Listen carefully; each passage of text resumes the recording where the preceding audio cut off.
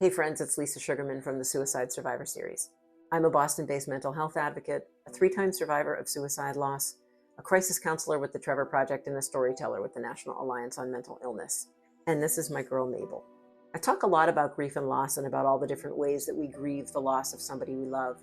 But one of the losses that I've never talked about that I know impacts so many of us is the loss of a pet. So I think it's important to have that conversation because of how brutally hard that kind of grief is on our hearts. Unfortunately, I've lost my share of family pets over the course of my life, and each of those losses were so profound in their own unique ways because they felt every bit as significant as losing a family member. And that's because our animals give us unconditional love and companionship, and that can make their absence feel especially profound when they're gone. They don't judge us or cause conflict. They're just there for us in the most beautiful ways. And that's a really tough relationship to lose. So if you're grieving the loss of a pet and you're feeling isolated in that grief because you're grieving an animal and not a human, give yourself permission to feel whatever you need to feel for as long as you need to feel it, because those feelings are real. Just take your time and go at your own pace.